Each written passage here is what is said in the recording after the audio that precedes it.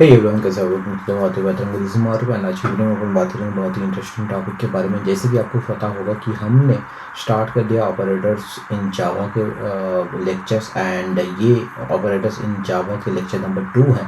And जो भी जावा course class 9 के, या खैर कह सकते हो computer application class 9 ICSC board के, ये लेक्चर नंबर 7 है। एंड इस वीडियो में अपन बात करेंगे कि कैसे हम ऑपरेटर्स को जैसे कि यूज कर सकते हैं। एंड पिछले वाले वीडियो में हम बात कर चुके हैं अरिथमेटिक ऑपरेटर्स के बारे में, हम जान चुके हैं, हम प्रैक्टिकली उसे बना चुके हैं, अपने कोड में हम कोड करके देख चुके हैं। ठीक है, सो बिना टाइम गए चलिए आज की वीडियो की शुरुआत करते हैं। जो भी आने वाले टॉपिक है, and that is not other कि फर्दर जो ये अरिथमेटिक ऑपरेटर है, इसे तीन हिस्सों में बांटा गया है। What are those arithmetic operator ऐसे कह सकते हैं कि अरिथमेटिकल ऑपरेटर इसे जो अपन तीन हिस्सों में बांट चुके हैं। एक तो हो चुका है यूनरी ऑपरेटर, ठीक है, ऑपरेटर। ओके, सेकेंड वन हो चुका है आपको बाइनरी ऑपरेटर। ओके, ऐसे डॉट डॉट दे सकते हैं। थर्ड वन इज कह सकते हैं ternary operator.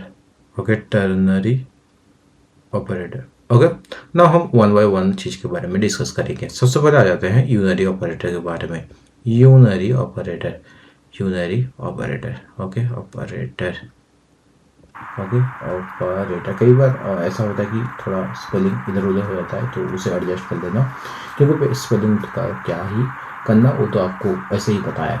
Now an arithmetic operator which is used to operate on a single operand is known as unary operator. क्या मतलब भैया, मैं थोड़ा एग्जांपल दे देता हूँ। अगर यहाँ पे एग्जांपल दें, एग्जांपल कौन सा आप मान लो प्लस माइनस एटसेट्रा, ये जो होते हैं इट इज फर्दर कैटेगरीज। ये जो होते हैं इसे अपन यूनरी ऑपरेटर बोलते हैं। अब इस चीज को ना फिर से दो हिस्सों में बांटा गया है। क्या क्या है? पहला हो चुका है unary plus operator. Okay, plus operator and unary minus operator. Okay, अब यूनरी प्लस ऑपरेटर क्या होता है? This operator is used for before the operand simply as a pointer to a variable which results in the same value of the variable. For example, आप इसे कुछ ऐसा लिख सकते हो।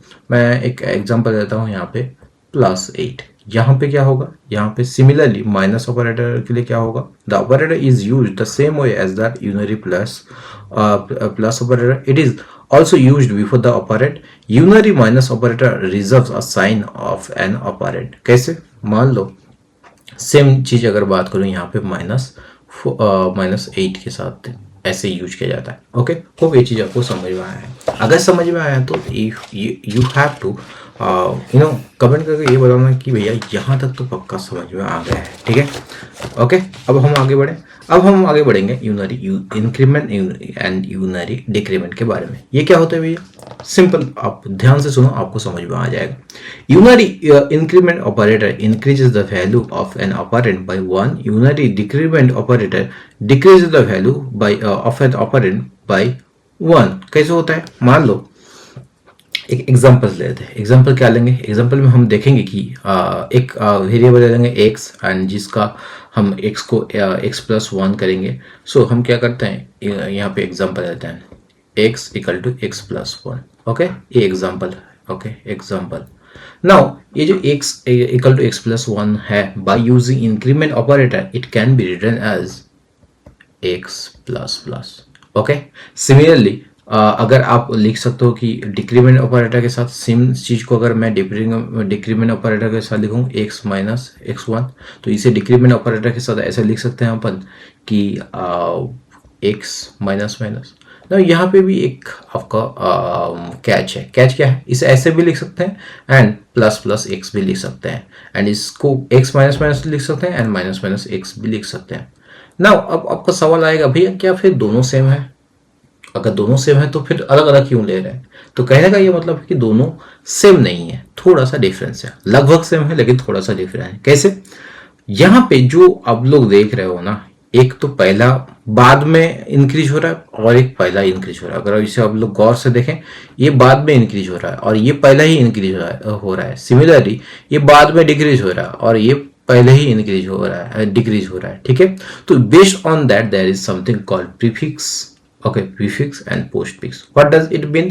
प्रीफिक्स मीन्स व्हेन इंक्रीमेंट और decrement operator is used before the operand, मतलब before the operand, ये दो इसे बोलते हैं अपन प्रीफिक्स। मैं ऐसा लिख सकता हूं इसको। सो इस चीज को अपन बोल सकते हैं प्रीफिक्स, प्रीफिक्स, प्रीफिक्स। एंड इस चीज को अपन बोल सकते हैं इसे पोस्टफिक्स, पोस्टफिक्स। ओके, समझ में आया? समझ में आया? चलो बढ़िया है। नाउ यहाँ पे हम थोड़ा सा बात करेंगे, एक एग्जांपल ले लेंगे, देन अपन ये चीज आपके लिए काफी ज्यादा आसान हो जाएगा। उससे पहले एक चीज आप लोग ध्यान रखना है कि द ऑपरेटर, पहले आपको बता दूं कि पोस्टफिक्स ऑपरेटर क्या होता है। व्हेन इंक्रीमेंट और decrement operator is used before the operand, it is known as the prefix operator. Similarly this operator works on the principle of the change before action. It means the value of the variable changes before the operation will take the place. Example हम ले लेते हैं, हम prefix का। Okay, यहाँ पे हम बात करेंगे प्रीफिक्स का एग्जाम्पल के बारे में। प्रीफिक्स, ओके, प्रीफिक्स का एग्जाम्पल बात करेंगे। मान लो p equal to 5। Okay, similarly p equal to, okay, p equal to क्या करेंगे अपन, प्लस 5 मल्टीप्लाई 4। ओके, नाउ यहाँ पे तो अगर आप लोग ध्यान से देखो इसका फिर अगर मैं यहाँ पे इसे प्रिंट करूँ कि HOP P को प्रिंट करूँ तो क्या प्रिंट होगा? आपको क्या लगता है क्या प्रिंट होगा? इसका जो आंसर आएगा, इसका आंसर आएगा, आपको मैं बता दूं, इसका आंसर बहुत ही सिंपल से आएगा। इसका आंसर सबसे पहले तो प्लस P, तो P का वैल्यू कितना था 5, सो पहले ही इंक्रीज हो जाएगा। मतलब यहाँ पे हम बोल सकते हैं प्लस P पहला ही इंक्रीज हो गया, मतलब ये 6 हो गया, multiply 4 equal to 24। Okay, now हम अगर बात करें यहाँ पे सेम एग्जांपल ले लेंगे, एक और डिफरेंस एग्जांपल ले लेंगे। मान लो यहाँ पे d equal to 11 and t equal to 4 plus minus d। Okay, now यहाँ पे क्या होगा? सिमिलरली सेम चीज होगा। मान लो यहाँ पे 4 जैसा का है जैसा 4 प्लस यहाँ पे माइनस पहले ही डिक्रीमेंट हो जाएगा, सो इसे 10 बोल सकते हैं। सो इसका टोटल जो वैल्यू होगा वो 14 हो जाएगा। ओके, समझ में आया? है ना आसान है कि नहीं बताओ? अगर आसान है तो कमेंट करना, अगर नहीं भी है तो कमेंट करना। क्या एक कोई चीज कंफ्यूज कर रहा है? ठीक है, क्या एक कोई कंफ्यूज हो रहा है? नहीं ना। प्रीफिक्स मतलब पहले ही ये चीज हो जाए, जो भी चीज चाहे वो डिक्रीमेंट हो इंक्रीमेंट हो पहले ही हो जाएगा। ठीक है, एंड पोस्टफिक्स क्या होगा? अब मैं आता हूँ पोस्टफिक्स में। ठीक है, पोस्टफिक्स भी बहुत ज्यादा आसान है।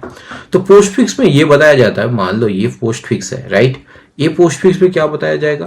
This unary operator is used after an operand whose value is to be increased or decreased by 1. This works on the principle of the change after the action. This means that the operand will be affected after performing the operation. समझ में आया? अगर समझ में आया तो well and good. अगर समझ में नहीं आया या फिर थोड़ा सा डाउट है तो मैं वो भी क्लियर कर देता हूँ। मैं क्या करूँगा, एक एग्जांपल दूंगा। एग्जांपल क्या? मान लो सेम p इक्वल टू 5 मैं लूंगा। नाउ इस बार मैं लूंगा p plus then multiply, okay, then multiply 4 करूंगा। तो इसका आंसर क्या होगा? क्या लगता है आप, क्या आंसर होगा? ऑब्वियसली यार यहाँ पे आंसर जो हो जाएगा p प्लस, मतलब हम इंक्रीमेंट तो कर रहे हैं लेकिन फर्स्ट टाइम अगर मुझे यहाँ पे SOP ऑफ C करना होगा तो इसका आंसर कुछ ऐसे आएगा।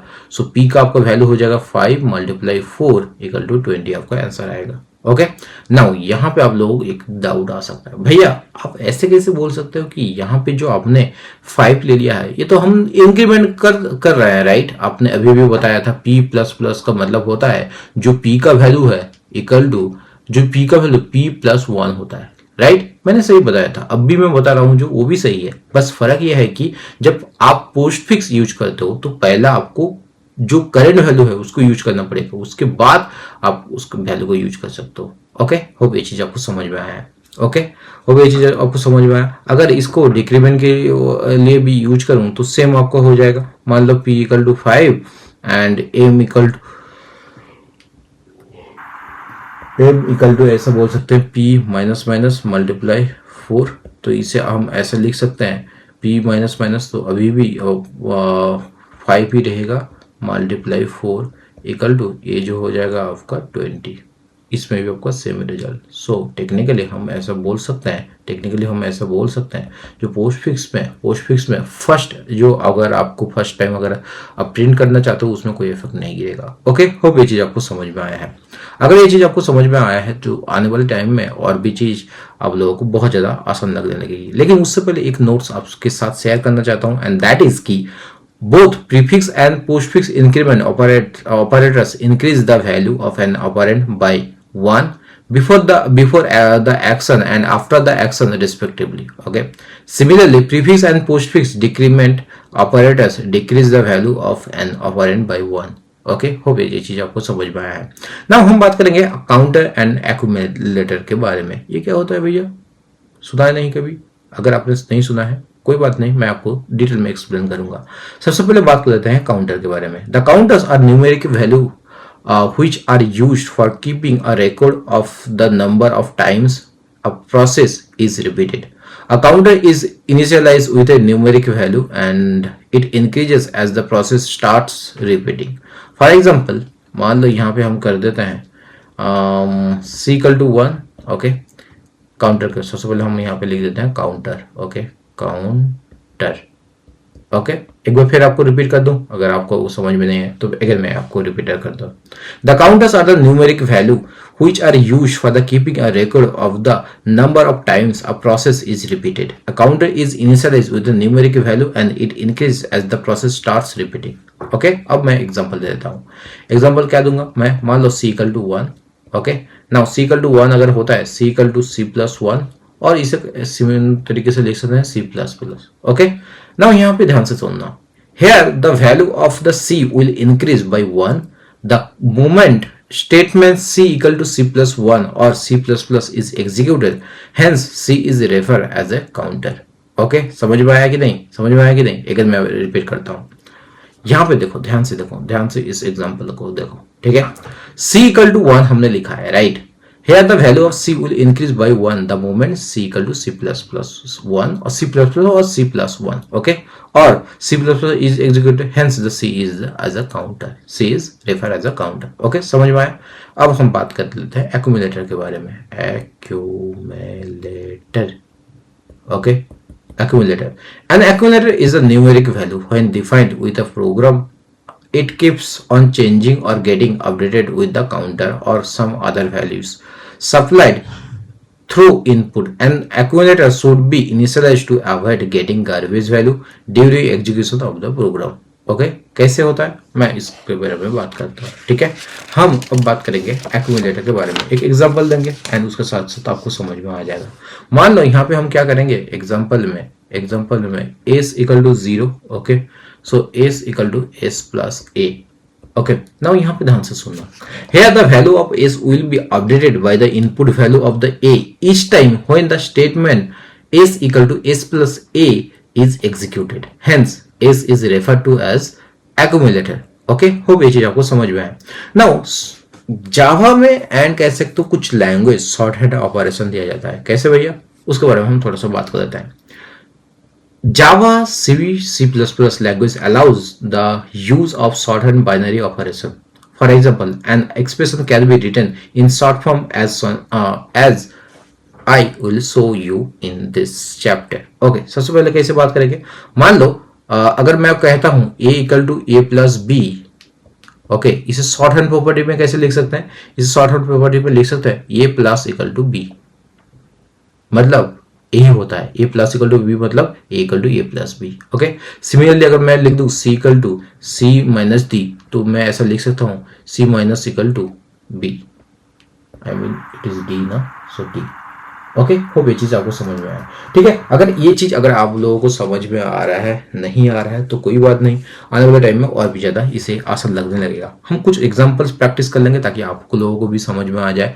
आपके लिए कुछ होमवर्क भी दे दिया जाएगा, तो आप लोग भी अपने अपने घर में ट्राई करना। सबसे पहले हम क्या करेंगे, यहाँ पे हम कर लेंगे p इक्वल टू, अगर यहाँ पे बोला जाता है क्वेश्चन नंबर 1। ओके, यहाँ पे कह देते हैं क्वेश्चन नंबर 1। क्वेश्चन नंबर 1 क्या कहता है, if p equal to 5, okay, find d equal to plus plus 5 plus 5.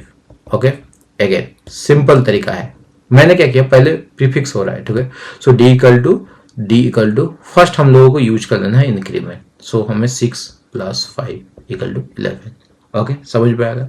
अगर क्वेश्चन नंबर 2 के बारे में बात करूं, क्वेश्चन नंबर 2 के बारे में, क्वेश्चन नंबर 2 क्या कहता है, if a = 48, if a = 48 then find a = a plus a। Okay, अब इंटरेस्टिंग ये चीज होने वाली है। कैसे, मान लो यहाँ पे मैंने क्या किया, पहले पोस्ट फिक्स हो रहा है, तो पोस्ट फिक्स का मतलब जैसा गया वैसा ही रहेगा, हम पहले यूज नहीं करेंगे, नेक्स्ट स्टेप में यूज करेंगे। यहाँ पे क्या हो रहा है, पहले प्रीफिक्स यूज हो रहा है, तो इसे अपन 49 कर देंगे। सो ये हो जाएगा आपका 90। ओके, ये हो जाएगा आपका 97। ओके, ओके, नाउ यहाँ पे ये 97। ओके, नाउ यहाँ पे एक कैच है। कैच कैसे भैया, कैच ये है, मान लो मैंने क्या बताया, ये प्लस प्लस, ठीक है, हमने पहले इंक्रीमेंट नहीं किया लेकिन ये इंक्रीमेंट हुआ है, राइट, 48। ओके, लेकिन ये मेमोरी में अगर ये 48 होगा लेकिन इंक्रीमेंट तो हुआ है 49। अब इसका एक का करंट वैल्यू जो है 48, ये यहाँ पे प्रिंट हो रहा है 48 लेकिन करंट वैल्यू है 49। अब 49 को अगर पहले ही इंक्रीमेंट कर दिया जाए, ये बिकम हो जाएगा आपका, ये ना होके 50 हो जाएगा। सो ये टेक्निकली आपका वैल्यू होगा 98। समझ में आया, थोड़ा सा कंफ्यूज लग रहा है, कोई बात नहीं, हम और एक एग्जांपल कर लेते हैं, ठीक है, और एग्जांपल कर लेंगे। मान लो question number 3। Okay, if c = 2 then find d = ++c ++++4। Okay, now ध्यान से देखना, मैं सबसे पहले क्या कर रहा हूँ, ++c मतलब d का पहले ही इंक्रीमेंट कर रहा हूँ, ठीक है, तो ++c मतलब 3। ओके, अब ये 3, अभी करंट वैल्यू भी 3 है और इंक्रीमेंट वैल्यू भी 3 है। नाउ हम क्या कर रहे हैं, +c++, ठीक है, अभी 3 हो रहा है, +c++, मतलब 3 से बढ़ के 4 हो जाएगा, लेकिन ये नेक्स्ट स्टेप में है, अभी करंट वैल्यू नहीं है। सो इसे जो 3 है वो जैसे का वैसे 3 रहेगा, ठीक है, +4 रहेगा। सो 3 3 6 6 4 10। So this is the answer. Okay, hope ये चीज आपको समझ में आया। देखो यार, मैं कुछ क्वेश्चन और भी दे देता हूँ, अगर आप चाहो अपने हिसाब से चाहो ना, मैं चाहता हूँ कि आप इसे सॉल्व करो एंड आप यहाँ पे कमेंट करके बताओ कि आपका आंसर क्या है। जैसे if m = 12 then find n = m ++ multiply 5 plus minus this one। Next question number 5, इसे भी आप लोग फाइंड आउट करो। If y = 14 then find z = ++y। Okay, z = ++y multiply y +++5। Okay, ये कर लेना। सो ए भी आप लोगों को करना है, ठीक है। अब फिलहाल ये 2 ही करो, ठीक है, आप लोगों को और भी एग्जांपल मिल जाएगा, अगर आप लोग को चाहिए तो कमेंट करके बताना, मैं उससे भी रेफर कर दूंगा। ओके, होप ये चीज आपको समझ में आया है, नाउ हम यहाँ पे ये चीज आप लोग मतलब मैं ये चीज सही कर रहा हूँ कि नहीं, ये चीज आप लोग खुद से भी ट्राई कर सकते हो। कैसे खुद से ट्राई करने के लिए आप लोग अपने प्रोग्राम को रन कर सकते हो। सो हम जाएंगे यहाँ पे एंड चलो यहाँ पे एक नए प्रोजेक्ट को जो भी प्रोजेक्ट है उसको ओपन कर लेते हैं अपन। सो यहाँ पे हम ओपन करेंगे इसको, ठीक है। सो यहाँ पे ओपन कर लेते हैं एंड कहाँ गया भाई, ओके, न्यू क्लास ले लेंगे। यहाँ पे न्यू क्लास का नाम दे देंगे हम, क्या नाम दे सकते हैं, हम दे सकते हैं रिजल्ट। ओके, रिजल्ट देंगे एंड यहाँ पे हम करेंगे ओके। सो रिजल्ट को हम क्लिक करेंगे, सारा का सारा चीज को हटाएंगे। हम क्या करेंगे अब, क्लास रिजल्ट यहाँ पे हम क्या करेंगे, ओके, रिजल्ट एंड देन यहाँ पे हम क्या करेंगे, सबसे पहले तो public static void main। Okay, public static void main and यहाँ पे हम क्या करेंगे, इनपुट लेने के लिए string argument, okay, string argument, okay, now ये चीज़ करने के बाद हम क्या कर सकते हैं, यहाँ पे हम कर सकते हैं सबसे पहले तो and x equal to 4। Okay, so मैं आपको क्वेश्चन सबसे पहले समझा देता हूँ। सो क्वेश्चन ऐसा है कि क्वेश्चन नंबर 6 में ऐसा है कि x equal to 4 then find x plus plus equal to find x plus equal to x plus plus multiply plus plus x modulo 2। Okay, बढ़िया, ये चीज़ अब अपन सॉल्व करते हैं। सो हम क्या करेंगे, सबसे पहले x का जो वैल्यू है वो 4 ले लेते हैं। नाउ इसके बाद अपन क्या करेंगे, x इक्वल टू, हम पूरा का पूरा कैलकुलेशन लिख देते हैं। So x plus okay x plus plus okay x plus plus multiply plus plus x okay plus x then modulo इसे हम कर देंगे 2 एंड इस चीज़ को क्लोज करते हैं अपन। Okay, now system dot out println कर लेंगे, system dot out dot println and इसके बाद अपन क्या करेंगे, यहाँ पे the answer is okay plus x, सही है ना। इसको क्लोज करते हैं, यानी यहाँ पे जैसे इतना करेंगे मैं सेव करूँगा। सेव करने का भी ज़रूरत नहीं है, आपको कंपाइल करना है, सेव करना है। ओके, इसके बाद अपन क्या करेंगे, इस चीज़ को हम कैंसिल करेंगे, अगेन हम इस चीज़ को ओपन करेंगे। ओके, अरे भाई कहाँ गया। सो मैं इस चीज़ को अगेन मैं ओपन करूँगा and result void main string okay and here it is the answer is 4। अब लोगों को 4 आंसर आ रहा है, ठीक है। ओके, होप ये चीज़ आपको समझ में आया। सो यहीं तक हम अपन इसको यहीं तक ख़त्म करते हैं। बाकी नेक्स्ट लेक्चर में नेक्स्ट टॉपिक स्टार्ट करेंगे बाइनरी ऑपरेटर्स के बारे में एंड टर्नरी ऑपरेटर्स के बारे में। सो अभी तक देखो यार, आने वाले टाइम में मैं लेक्चर्स को छोटे छोटे में पार्ट में डिवाइड कर रहा हूँ। क्यों? मैं चाहता तो इसे पूरा का पूरा एक चैप्टर में ख़त्म कर सकता था, लेकिन मेरा ये मकसद है कि आप लोग हर एक चीज़ को अच्छे से पढ़ो, अच्छे से सीखो, ठीक है। टाइम लगेगा थोड़ा सा, लेकिन मैं आपको गारंटी देता हूँ जो आपके स्कूल वगैरह में टाइम लगता है उसका 1/10 टाइम में आप इसे ख़त्म कर सकते हो। Okay, that's all from my side. मिलते किसी और एक नई वीडियो में, तब तक बाय, शिया, हैव ए गुड डे। अगर चैनल पर नया हो तो चैनल को सब्सक्राइब कर देना, अच्छा लगे तो लाइक करना, शेयर करना, कमेंट करना, बुरा भी लगे तो कमेंट करके जरूर बताना कि भैया ये चीज़ मेरे को पच नहीं रहा है, ठीक है। थैंक यू सो मच, मिलते हैं और एक नए वीडियो में, तब तक बाय, सी या, हैव ए गुड डे।